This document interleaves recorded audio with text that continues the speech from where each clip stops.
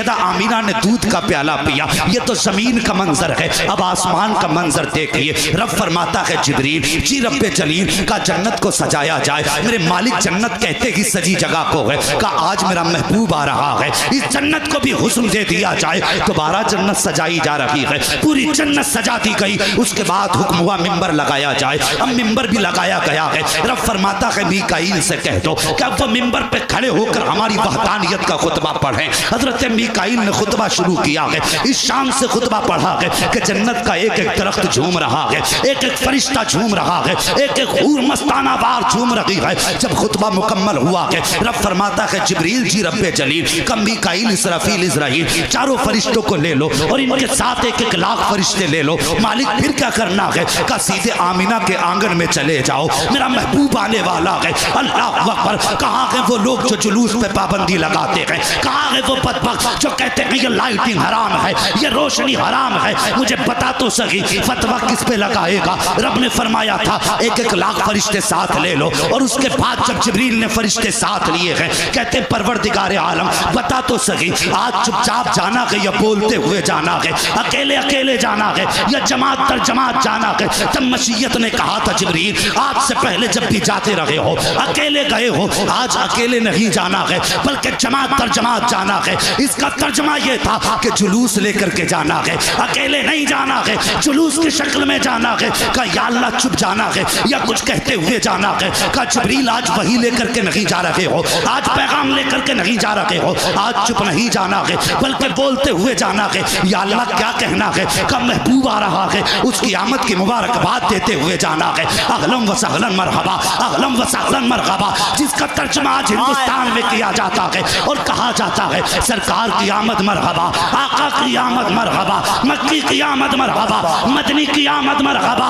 ये हमारा नारा नहीं बल्कि जिब्रील का नारा है। अब जो जन्नती होगा वो इस नारे में शरीक होगा, जो इस नारे से इख्तिलाफ करेगा ना वो जिब्रील का है ना वो सैयदुल मुरसलीन का है। सरकार की आमद, दिलदार की आमद, मुख्तार की आमद, सरवर की आमद, रहबर की आमद, दिलबर की आमद, अव्वल की आमद, आखिर की आमद, जाहिर की आमद, बातिन की आमद, मक्की की आमद, मदनी की आमद, सरकार की आमद, दिलदार की आमद, मुख्तार की आमद, सरवर की आमद,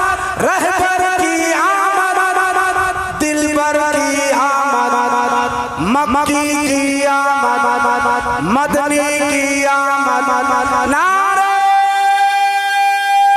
रिसालत, रसूल अल्लाह, नारे रिसालत, लब्बैक या रसूल अल्लाह, लब्बैक या रसूल अल्लाह, लब्बैक या रसूल अल्लाह, लब्बैक या रसूल अल्लाह, लब्बैक या रसूल अल्लाह, लब्बैक या रसूल अल्लाह, लब्बैक या रसूल अल्लाह, लब्बैक या रसूल अल्लाह। जियो सलामत रहो भाई दिलबर साहब, अल्लाह सलामत रखे, हर आशिक की नस्लें आबाद हों। अल्लाह अकबर। जरा गौर से सुने, अल्लाह अकबर। फरमाया मुबारकबाद देते हुए जाना है। जिब्रील ने सबसे पहले कहा था अहलन व सहलन मरहबा। आज सुन्नी कह दे तो पेट में दर्द हो जाता है, लगा कौन सा फतवा लगाएगा जिब्रील पे। और मजे की बात बता दूं, इन्हीं आने वालों में इजराइल भी थे। सारे लोग इंशाअल्लाह सबकी मुलाकात होगी इनसे।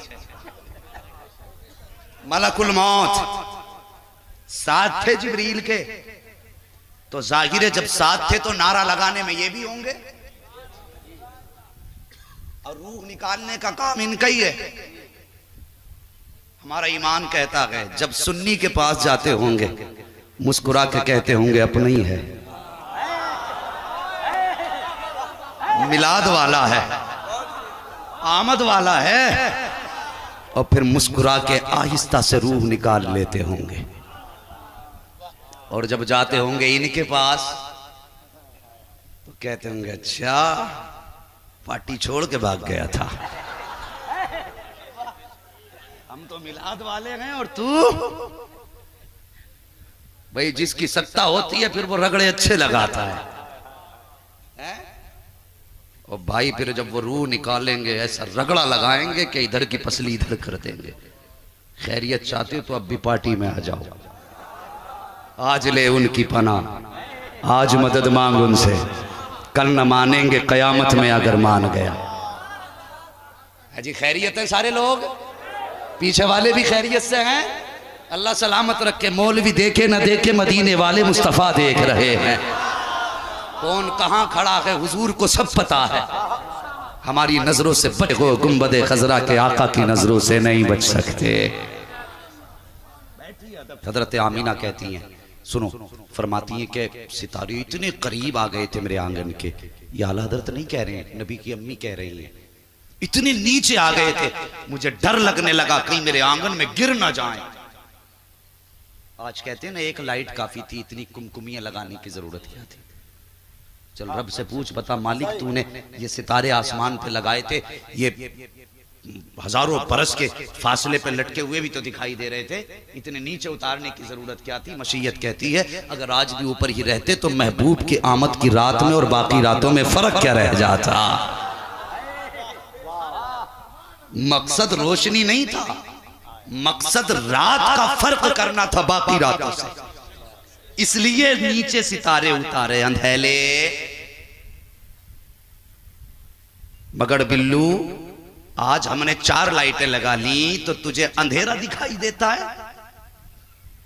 हम ये रोशनी के लिए नहीं लगाते, हम ये बाकी रातों से फर्क करने के लिए लगाते हैं, बाकी रातों से फर्क करने के लिए लगाते हैं। अल्लाह अकबर। सुनिए सितारे नीचे हैं। आमीना फरमाती मेरे बिस्तर पे मोती बखेर दिए गए, जन्नती परिंदे आए हैं, मोती लेकर के आए। अल्लाह अकबर। उधर देखो जब जिब्रील, मीकाईल, इसराफील आ रहे हैं, हजरत इजराइल ठहर जाते हैं। रब ने फरमाया इजराइल जी रब्बे जलील तुम क्यों नहीं जा रहे हो? कहते हैं ए मेरे परवरदिगार मेरी ड्यूटी बड़ी सख्त लगाई गई है। मेरी ड्यूटी तो ये है जब किसी की मौत का वक्त आ जाएगा तो मौत अपने वक्त से न एक लम्हा पहले आ सकती है न एक लम्हा बाद में आ सकती है। उलमाए किराम की दुआएं चाहिए जो मैं बात बताने लगा हूँ। फरमाते हैं या अल्लाह अगर मेरी ड्यूटी जो लगाई है इतनी सख्त है कि मुझे लोगों की रूहें निकालनी है, ए मेरे परवरदिगार आज भी कितने बच्चों को यतीम करना है, आज कितनी माओं को बेवा बनाना है, आज कितने बूढ़े लोगों के बुढ़ापे का सहारा लेना है, ए मेरे परवरदिगार आज कितनी औरतों की मांग का सुहाग लेना है। मेरे मालिक अगर मैं भी चला गया मेरी ड्यूटी का क्या होगा? या अल्लाह मेरी ड्यूटी बड़ी सख्त है। जब इतनी बात इजराइल ने कही है, मशीयत ने कहा था ए इजराइल जब तुम किसी के घर से चिराग बुझाओगे उसके घर का तो यकीनन उसके घर के लोग रोएंगे। अगर किसी माँ का लाल लेकर के आओगे तो माँ की आंख में आंसू आएंगे। जब किसी बूढ़े की बुढ़ापे की लाठी लाओगे तो बूढ़ा भी रोएगा। ए मलाकुल मौत आज हमारे महबूब की आमद होने वाली है। हम ये चाहते हैं कि महबूब की आमद की खुशी में किसी घर से भी रोने की आवाज नहीं आनी चाहिए, किसी आंख से आंसू नहीं बहना चाहिए। इसलिए हम ये चाहते हैं ए मलाकुल मौत आज महबूब की आमद की खुशी में हमने मरने वालों को जिंदगी की खैरात दे दी है और जा हमने आज तेरी भी छुट्टी फरमा दी है। अल्लाह अकबर। पूछो उलमा से जिस रात मेरे नबी जलवागर हुए। अल्लाह अकबर। अब जो छुट्टी ना करे समझ लेना किस पार्टी का है, और जो छुट्टी करे समझ लेना वो किसकी पार्टी का है। समझ रहे हैं ना आप मेरी? आगे बढ़िए, मेरे राहे तलब को आसमां के पार जाना है, बस आगे बढ़िए। अल्लाह अकबर। फरमाती है कि फिर फरमाती मैंने दूध का प्याला पिया। ये लोग इसी बात पे आज तक झगड़ा कर रहे हैं, नूर हैं कि बशर हैं, नूर हैं कि बशर हैं। नबी की माँ कहती फखराजा मिन्नी नूर, मेरे जिस्म से नूर निकला। इमाम अहमद रजा ने नूर कहा तो पेट में दर्द हो गया। नबी की अम्मी ने इनसे पहले नूर कहा है, कहती फखराजा मिन्नी नूर, मेरे जिस्म से नूर निकला।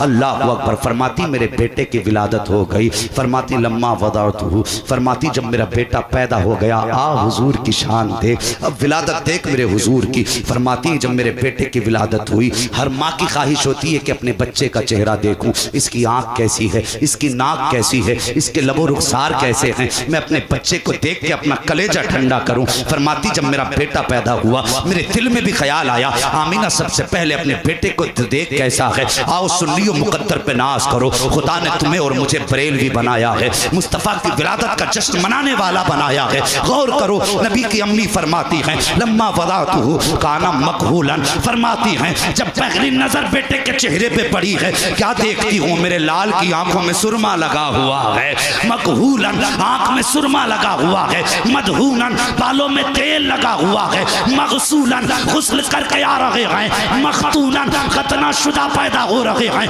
मकसूरन नाक कटा हुआ है। फरमाती है मुअत्तरन ऐसी खुशबू आ रही थी कि पूरा मक्का महकने लग गया था। काना साजिदा मेरा लाल आता है, आते ही सजदे में सर रख देता है। फरमाती मैंने बेटे को देखा, मेरे लाल के ऊपर कपड़ा पड़ गया है, एक रिवायत के मुताबिक उस कपड़े का रंग हरा था, दूसरी रिवायत के मुताबिक उस कपड़े का रंग सफेद था। फरमाती सजदे में बेटा है, मैंने देखा मेरे लाल के होठ हिल लगे हैं, और होठ भी कौन से, जिनके बारे में बरेली के इमाम ने कहा है पतली पतली गुले कुछ की पत्तियां, उन लबों की नजाकत पे लाखों सलाम। फरमाती मैंने देखा मेरे लाल के होठ हिल रहे हैं, मैंने कान लगा के सुना तो क्या कह रहा था। फरमाती उसके होठ हिल रहे थे और कह रहा था रब्बे हबली उम्मती, रब्बे हबली उम्मती। तभी तो जमील कादरी ने कहा था रब्बे हबली उम्मती, कहते हुए पैदा हुए रब ने फरमाया कि बख्शा अस्सलातो वस्सलाम। नारे तकबीर, नारे रिसालत, आमदे मुस्तफा, फैजाने हुजूर मीरा शाह, नारे तकबीर, नारे रिसालत। वाह सुभान अल्लाह, अल्लाहु अकबर। खैरियत है? देख इसे कहते हैं मुस्तफा का मिलाद। लगा फतवा किस पे लगागा। और अगली बात कहते कहते हुजूर को, हुजूर माज़अल्लाह कहते हैं इनको नबुव्वती 40 साल के बाद मिली। मुझे बताइए, अगर आपका कहना हम माने बिलफर्ज, अगर हम ये कहते हैं कि हुजूर को नबुव्वत 40 साल के बाद मिली, तो लोमड़े मुझे बता जो पैदा होने के बाद रब्बे हबली उम्मती कह रहे थे, इसका मतलब क्या था? हाँ बताना। जो पैदा होने के बाद हुजूर कह रहे थे रब्बे हबली उम्मती, इसका क्या मतलब था? इसका मतलब या अल्लाह मेरी उम्मत मेरे हवाले फरमा दे, यही तो है ना।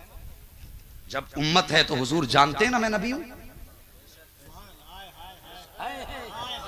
मेरी कोई उम्मत है। और रब्बे हबली उम्मती का भी मतलब समझिए आप, हुजूर ने क्या मांगा जानते हो? हुजूर ये भी जानते हैं कि उम्मत है, और इससे भी बड़ी बात हुजूर जानते थे उम्मत होगी, वो जिएगी, अच्छे बुरे अमल करेगी, इंतकाल होगा, फिर उठेगी, फिर मैदान कयामत में लाई जाएगी। ये कब जानते हैं? जब पैदा हुए। सुनिए, जो कहते इल्म गैब नहीं है हुजूर को, ये कब की बात है? भी पैदा हुए और ये जानते मेरी उम्मत होगी। गोया कह रहे थे या अल्लाह मेरी उम्मत होगी, क़यामत का दिन होगा, तू हिसाब लेगा, मेरे मालिक उनमें अच्छे भी होंगे, उसमें गुनाहगार भी होंगे। या अल्लाह जो अच्छे होंगे वो तो हिसाब दे के गुजर जाएंगे, मगर मेरे मालिक उसमें कुछ पापी भी होंगे, कुछ खाती भी होंगे। या अल्लाह अगर तू उनका हिसाब लेगा, मेरे पापी उम्मती तेरी बारगाह में खड़े नहीं हो पाएंगे। या अल्लाह तेरे गज़ब का मुकाबला कैसे करेंगे? मेरे मालिक क़यामत के दिन मेरी उम्मत का हिसाब भी मेरे हवाले कर देना, मेरी उम्मत भी मेरे हवाले कर देना। या अल्लाह मैं अपनी उम्मत का हिसाब खुद ले लूंगा। जब ये बात मुस्तफ़ा कह रहे थे पैदा होने के बाद, तब मशीयत ने कहा था महबूब दिल थोड़ा न कर, उदास न हो, क़यामत के दिन उम्मत भी तेरे हवाले होगी, जन्नत भी तेरे हवाले होगी। इशारा करना तेरा काम, जन्नत तेरा मेरा काम। अल्लाहु अकबर। तभी जमील कादरी ने कहा था रब्बे हबली उम्मती, कहते हुए पैदा हुए, अरे रब ने फरमाया कि बख्शा सलातो वस्सलाम। आगे बढ़े, जरा सुन मेरे हुजूर की जिंदगी देख, फिर मैं कहूंगा और तुम पर मेरे आका की इनायत न सही। अरे नजदियो कलमा पढ़ाने का भी एहसान गया। अल्लाह अकबर, तवज्जो करें, हुजूर की पैदाइश हुई, इधर हुजूर सजदे में, उधर अब्दुल मुत्तलिब काबे का तवाफ कर रहे हैं। अल्लाह अकबर। ये कहते हैं कि जो हुजूर के मज़ार की हाज़िरी की नियत करके जाए माज़अल्लाह वो मुशरिक है। और हुजूर अल्लाह अकबर, अल्लाह अकबर, हुजूर फरमाते जो हज करने आया और मेरी ज़ियारत न की उसने मुझ पे जुल्म किया। ये कहते हैं जो उनकी नियत से गया वो मुशरिक माज़अल्लाह। आला हज़रत कहते हैं कि काबे का नाम तक न लिया तैबाई कहा। पूछा सा हमसे जिसने भी नौजत किधर की है, और उसके तुफैल हज भी खुदा ने करा दिए, असलुल उसूल बंदगी उस पाक दर की है। समझ रहे ना मेरी बात?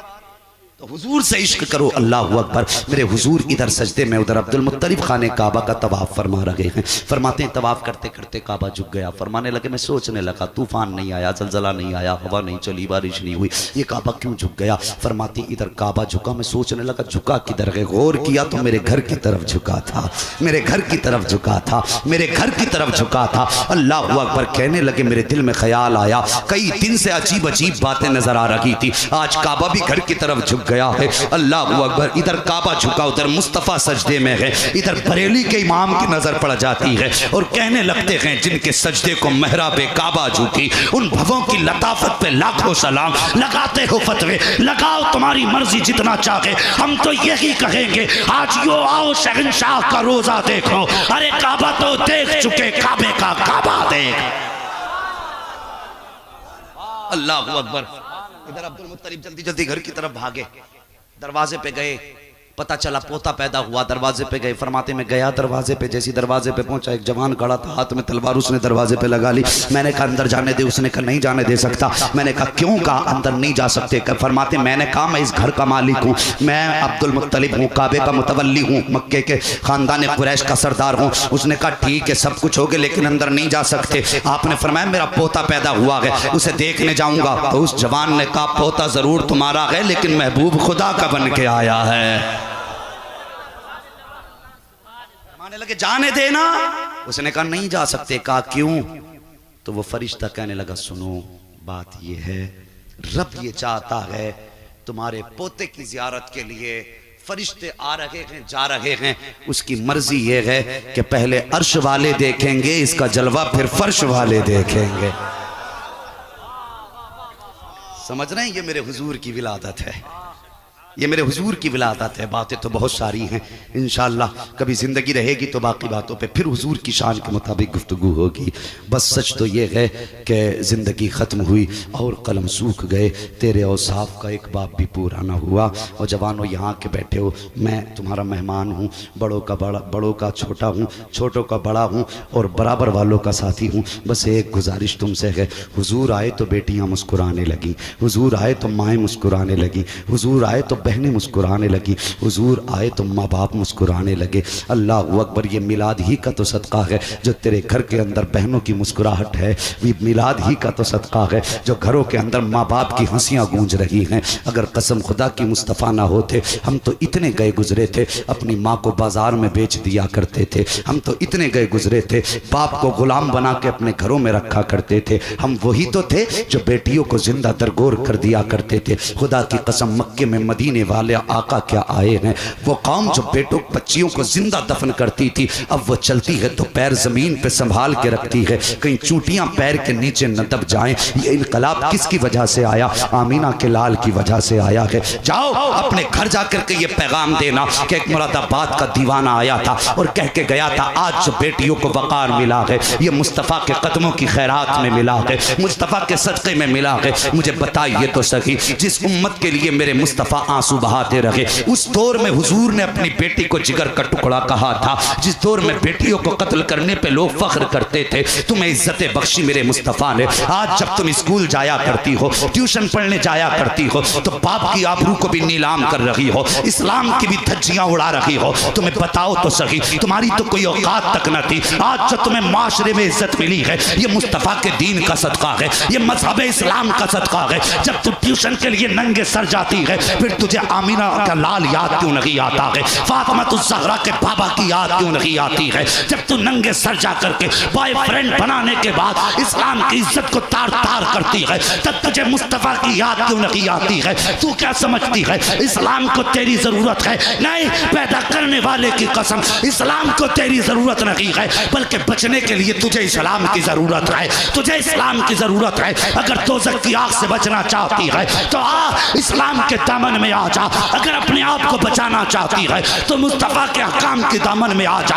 आज बेटियां इस्लाम को तार तार कर रही हैं और तुमसे भी गुजारिश करना चाहता हूं जवानों, जब बेटियां गैर मुस्लिमों के बिस्तर पे जाकर के लेट जाती हैं तब कहते हो हमारी खता नहीं थी। जब उनके बिस्तरों को ज़ीनत बख्शती है तेरी बेटी, फिर कहता पता नहीं था। आज जब तेरी बेटी ट्यूशन के नाम पे घर से जाया करती है, कहाँ दिन गुजरता है तुझे पता नहीं है, कहाँ रात गुजार रही है तुझे पता नहीं है। तूने 1-2 टके की नौकरी के लिए, 2 टके की डिग्री के लिए इस्लाम की आबरू को नीलाम कर दिया, अपने घर की इज्जत को चौराहे पे ला के रख दिया। मुझे पता ये MA की डिग्री तुझे जन्नत दिलाएगी, ये BSc की डिग्री तुझे जन्नत दिलाएगी, ये MCom BCom तुझे जन्नत दिलाएगा। नहीं, खुदा की कसम, अगर तेरी बेटी की वजह से इस्लाम के दामन पे उंगली उठ गई तो याद रखना ये डिग्री जहन्नम में जाने का सबब बन जाएगी, ये डिग्री जहन्नम में ले जाने की वजह बनेगी। अगर चाहते हो जन्नत मिल जाए तो ठोकर मारो इन डिग्रियों को और अपनी बेटियों को समझाओ इनके हाथ में BSc के बजाय खातून जन्नत की जिंदगी का किरदार दे दो, उनका नमूना दे दो, ताकि तेरी बेटी अगर डॉक्टर बने ना बने कम से कम कनीज़े फातिमा तो ज़हरा बन जाए, सीरत फातिमा पढ़ ले, जन्नत में जाने का सबब बन जाए। तुमने आबरू लूट ली इस्लाम की। बेटियों को MBBS बनाने का ख्वाब कहाँ कहाँ ना लेकर डूब गया। तेरी बेटी किसकी गाड़ी के पीछे बैठ रही है तुझे होश तक नहीं है। आज भी अपनी आंखों से मैंने देखा मुस्लिम लड़कियां गैर मुस्लिमों की गाड़ी में बैठ के जा रही थी। अपनी बेटियों को जाके समझाओ ये जिंदगी 4 दिन की है, दौलत के नशे में मत डूब जाना, दौलत की लालच में मत आ जाना। आज तुझे मुस्तफ़ा के मदीने की कहानी सुना दूं, वो कैसी शहजादियां थी इस्लाम की। आज 100 रुपए के चक्कर में गैर मुस्लिमों की गाड़ियों में बैठकर अपनी इज्जतों को नीलाम करने वाली हो। मेरी बात कान खोल करके सुनो, मदीना शरीफ का बाजार है, सोने की दुकान गैर मुस्लिम की है, यहूदी की दुकान सोने की थी। एक इस्लाम की शहजादी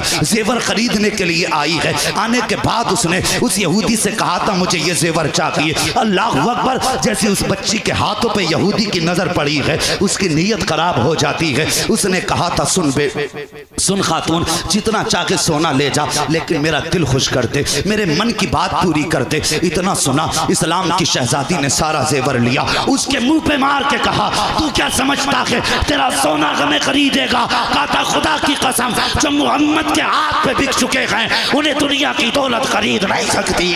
फरमाया जो हुजूर के हाथ पे बिक गए उसे तेरा सोना खरीद लेगा? अल्लाह अकबर।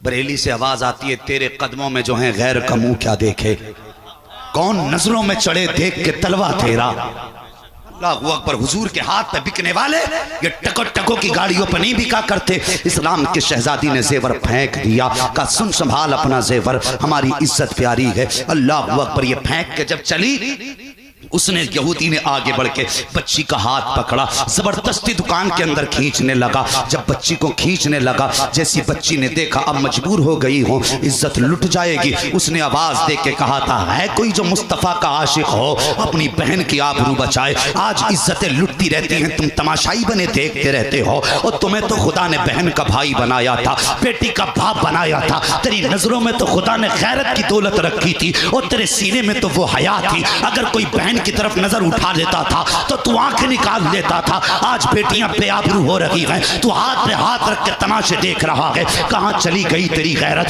कहां चली गई तेरी हया, कहां मर गई जाकर के तेरी गैरत जो मुस्तफा ने तुझे दी थी। अल्लाह अकबर। इतनी बात कही है, बाजार यहूदियों का है, मोहल्ला यहूदियों का है। इस्लाम की शहजादी ने एक आवाज दी थी, है कोई जो इस्लाम की शहजादी की आबरू बचा सके? इतना सुनना था। उसी बाजार के अंदर एक नबी का कलमा पढ़ने वाला सब्जी खरीद रहा था। उसने जब सुना किसी ने मुस्तफा के शहर की दुहाई दी है, वो यार सामान फेंक दिया, तलवार संभाली, उधर चला जिधर से आवाज आई है। क्या देखता है, एक शहजादी को यहूदी ने पकड़ रखा है, अपने दुकान की तरफ खींच रहा है। इसने जाने के बाद ना आओ देखा ना ताओ देखा, जाने के बाद हाथ में हाथ मारा और बेटी के हाथ को जुदा किया। इस्लाम की शहजादी को अपनी कमर के पीछे खड़ा किया। उसके बाद तलवार संभाल के कहा था, तुम क्या समझते हो इतनी आसानी से बेटियों की आबरू लूट लोगे? फरमाते जब तक मुस्तफा के गुलाम जिंदा है कोई बेटियों की आबरू की तरफ आंख उठा करके नहीं देख सकता।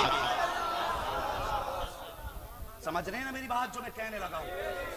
अंदाज़े बयां मेरा बहुत शौक नहीं है, शायद के उतर जाए तेरे दिल में मेरी बात। बरगे हिना पे लिखता हूं मैं दर्द दिल की बात, शायद के रफ्ता रफ्ता लगे दिल रुबा के हाथ। अब तक मैंने मिलाद पढ़ा था, जैसा कि भाई कफील अंबर ने कहा था, सिर्फ एक दर्द दिल लेके शहर शहर जाता हूं, गांव गांव घूमता हूं, ताकि हुजूर का पैगाम उनकी उम्मत के जवानों तक पहुंचा दूं। अल्लाह अकबर। मेरी कोशिश रहती है और यार इन जवानों का रिश्ता दुनिया के मजनुओं की लाइन से जोड़ करके मदीने वाले की आशिकों की लाइन में खड़ा कर दिया जाए, सिर्फ यही ख्वाहिश रहती है। अल्लाह अकबर। उसने कहा था इतनी हिम्मत नहीं है हमारे होते हुए कोई हमारी बहन की आबरू लूटे। जब इतना देखा इसने जवान ने तलवार निकाली है। वो यहूदी अपने बाजार में आवाज दे के कहता, देखो ये हमारे बाजार में हमें धमकी दे रहा है। उसका इतना कहने की देर थी सैकड़ों यहूदियों की तलवारें निकल आई हैं, सैकड़ों यहूदियों की तलवारें निकल आई, नियाम से बाहर तलवारें हैं। इधर एक मुस्तफ़ा का आशिक बहन की आबरू बचाने के लिए खड़ा है। अल्लाह अकबर। इसने तलवार संभाली है, कहा हिम्मत हो तो कोई मेरी बहन को हाथ लगा के दिखाओ।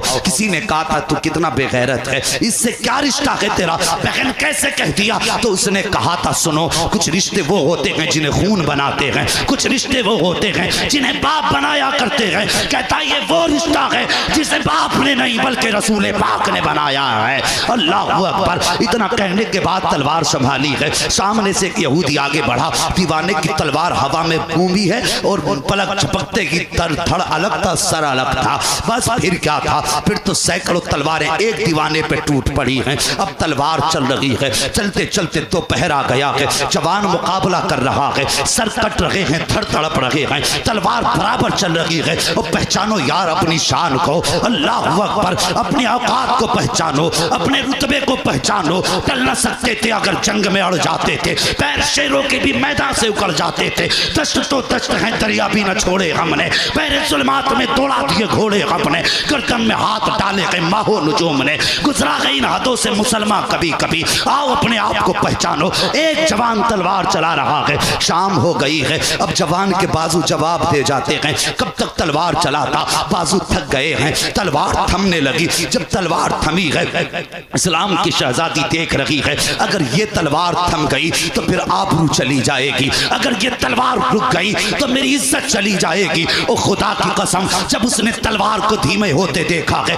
अपने भाई को थकते देखा था, तो सुनो किसी के आगे हाथ ना जोड़े थे, किसी के पैर नहीं पकड़े थे, बल्कि अपना दुपट्टा जमीन पे रखा था और सजदे में सर रख के बच्ची ने रोना शुरू किया था। कहता है मेरे परवरदिगार, अगर आज ये तलवार थम गई तो तेरे महबूब की उम्मती की आबरू लुट जाएगी। ए मेरे मालिक, या तो इसके बाजुओं को ताकत दे दे, या फिर हमारी खबर हमारे नबी को पहुंचा दे, या हमारा हाल हमारे नबी को बता दे। ये कहते कहते बच्ची हिचकी भर के रोने लग जाती है। इधर तलवार थम रही है, उधर बच्ची की हिचकियां तेज हो रही हैं। अचानक अचानक अचानक पीछे से नारे तकबीर की सदा बुलंद हो जाती है। जैसी नारे तकबीर की सदा आई है, बच्ची ने सर उठाया, क्या देखती है, सामने मुस्तफा आ रहे हैं, साथ में नारे तकबीर, नारे रिसालत, जश्न ईद मिलादुन नबी, आमदे सरकार कॉन्फ्रेंस। सुभान अल्लाह। अल्लाहु अकबर। बच्ची ने सर उठाया, हुजूर हैं, साथ में अबू बकर उमर हैं, इधर अली के हाथ में तलवार है। और जब अली मैदान में आ जाएं, फिर किसकी माँ ने दूध पिलाया है जो मुकाबला कर सके? फिर तो मामला ये था कि टल न सकते थे अगर जंग में अड़ जाते थे, पैर शेरों के भी मैदान से उखड़ जाते थे। जैसी इनको आते देखा, बस यहूदियों में भगदड़ मच जाती है। अल्लाह अकबर, वो तुम थे जो अकेले सैकड़ों में अपनी बहन की आबरू बचाते थे, आज तुम सैकड़ों होते हो, एक आदमी इज्जत लूट के चला जाता है, तुम्हें हया तक नहीं आती है। ओ लोगों, अहद कर लो, ये दुनिया की डिग्री बाद में है, गुलामी ये मुस्तफा की डिग्री पहले है। समझ रहे मेरी बात? हुजूर की गुलामी की डिग्री पहले, ये दुनिया की डिग्री बाद में।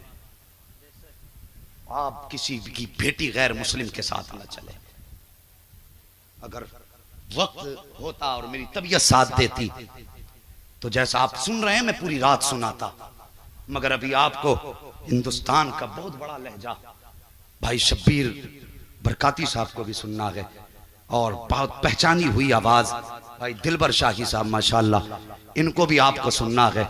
ये तमाम तर शुआरा हैं, इनको सुनना है। और भाई कफील अंबर साहब माशाल्लाह, अभी इनकी भी शायरी सुननी है। मगर भाई ये मेरा एक भाई मुजफ्फरपुर से आया है और उसकी ख्वाहिश है थोड़ा सा माँ के ताल्लुक से भी थोड़ी सी बात कर दूँ। ये बच्चे बड़ी दूर से आए हैं और इनकी अपनी ख्वाहिश है, अगर आपकी इजाज़त हो तो थोड़ा सा बोल दूँ मैं माँ के ताल्लुक से।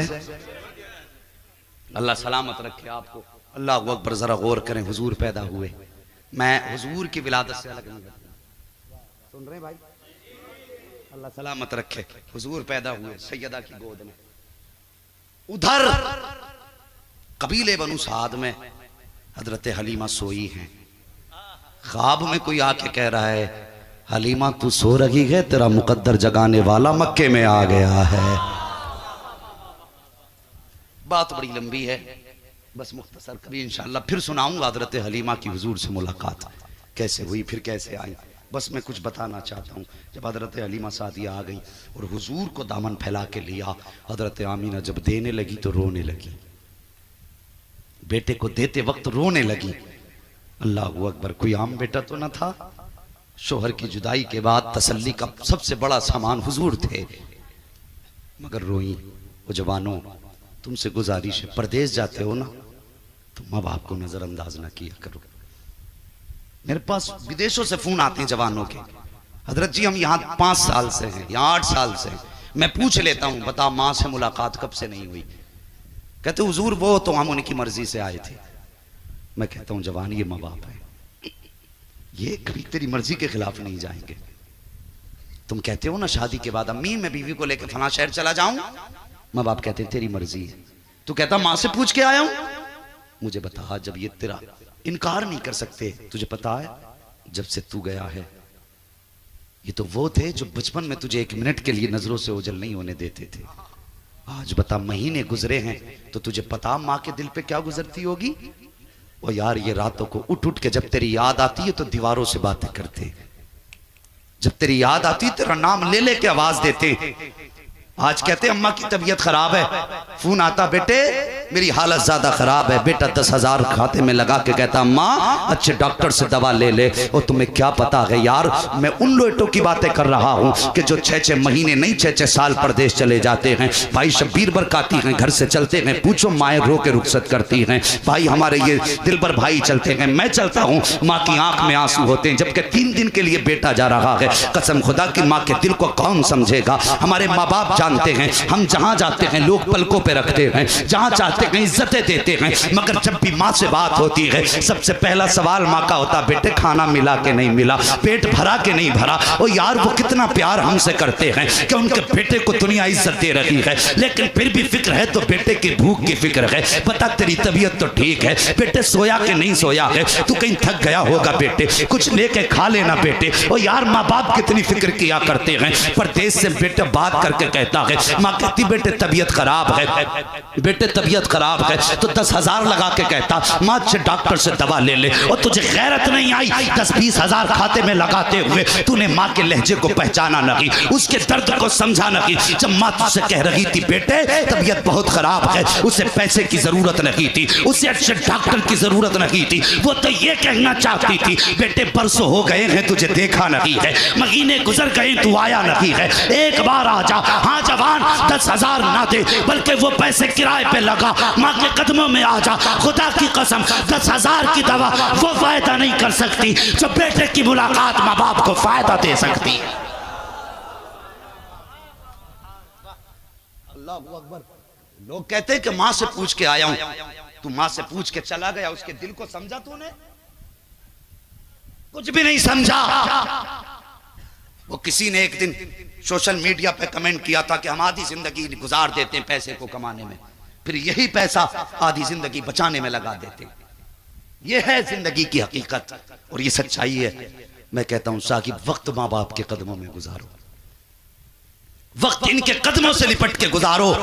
ये सिर्फ माँ बाप नहीं, तेरी जन्नत भी है, तेरी दोज़ख भी है। और मैं उन लोगों से कहता हूं जो माँ बाप को सता के 40-40 दिन के चिल्ले पे जाते हैं। घर में माँ तड़प रही है, वो बोरियां सिलेंडर ढो रिया, इससे बड़ा अल्लाह का अजाब क्या होगा। तबलीग पे जा रहे हैं, तबलीग ये तबलीग है। हुजूर की ज़माने की बात सुन ले। एक दीवाना हुजूर के पास आया, आके कहने लगा हुजूर सुना है जिससे आप राजी हो जाते हैं उससे खुदा राजी हो जाता है, जिससे आप राजी हो जाते हैं उससे खुदा राजी हो जाता है। मेरे हुजूर ने फरमाया बता किधर से आया है। कहने लगा हुजूर यमन से आया हूँ। मेरे आका फरमाते बता तेरे माँ बाप हैं। कहने लगा जी हुजूर हैं। कहा किस हाल में छोड़ा है। कहने लगा हुजूर मैं इकलौता हूँ माँ बाप का, जब मैं आया था तो वो रो रहे थे, बस अब मैं चाहता हूं कुछ दिन आपकी खिदमत में रहूं, आपको राजी करूं ताकि खुदा राजी हो जाए। तो मुस्तफा फरमाते हैं जा वापस चला जा, जिन माँ बाप को रोता छोड़ के आया है उनके लबों पे हंसी दे दे, अगर वो मुस्कुराएंगे तो मदीने वाला भी राजी हो जाएगा, काबे वाला भी राजी हो। शर्म नहीं आती? माँ बीमार पड़ी है, तू चिल्ले खींच रहा है, तू तबलीग का ढोल बजाए फिर रहा है। उठा तारीख। एक सहाबी ने कहा हुजूर मैं जंग में जाना चाहता हूं। मेरे हुजूर ने फरमाया तेरे माँ बाप हैं? कहा हाँ। कहने लगे बूढ़े हैं, जवान के बूढ़े हैं? फरमाया जा उनकी खिदमत कर ले। कहा हुजूर मुझे शहादत का रुतबा? फरमाने लगे उनकी खिदमत में मौत आ गई तो अल्लाह शहादत का रुतबा अता फरमा देगा। तू किस तबलीग की बात करता है? अरे वहां तो सर भी बदले में नहीं कटाए जा सकते। हुजूर ने फरमाया माँ को राजी कर ले। अल्लाह अकबर, जा उनकी खिदमत कर जा करके। ये माँ बाप हैं, माँ बाप इन्हें समझो। जवानों इनके करीब हो, इनसे ऊंचे लहजे में बात न किया करो। अगर तुम्हारी थोड़ी बहुत अच्छी तनख्वाह है ना तो इन्हें गुस्सा ना दिखाया करो, इनसे अकड़ के बात ना किया करो, मालिक ना बना करो, इनके नौकर ही बन के रहा करो। खुदा की कसम मैं मानता हूं अगर मैं 10 लाख कमाता हूं महीने के, शब्बीर भाई भी लाखों कमाते हैं, 10 लाख कमा रहे हैं, 20-50 कमा, जितना भी कमा रहे हैं, मजा तो तब है जब कभी माँ के कदमों में बैठ के कहो ना माँ 10 रुपए दे मुझे जरूरत है। खुदा की कसम ATM लगाने में वो मजा नहीं जो माँ 10 रुपए निकाल के दे, मुस्कुरा के माथा चूमे ना, जो सुकून उन 10 रुपए में आता है वो 10,000 में भी नहीं आया करता है। तुम क्या जानो, लोग कहते मैं थक गया। खुदा की कसम हाँ बड़े बड़े नारे लगते हैं इश्तिहार में, देखो कौन सा लक़ब ऐसा जो हमारे नाम के साथ नहीं है, लेकिन कलेजा ठंडा नहीं होता। कलेजा ठंडा तभी होता है जब माँ अपनी औलाद को बेटा कह के पुकारा करती है। और यार नसीब वाले होते हैं जिन्हें बेटे कहने वाले मौजूद हैं। हाँ हुजूर फरमाते कि मुझे माँ का वो दिन आज भी याद है।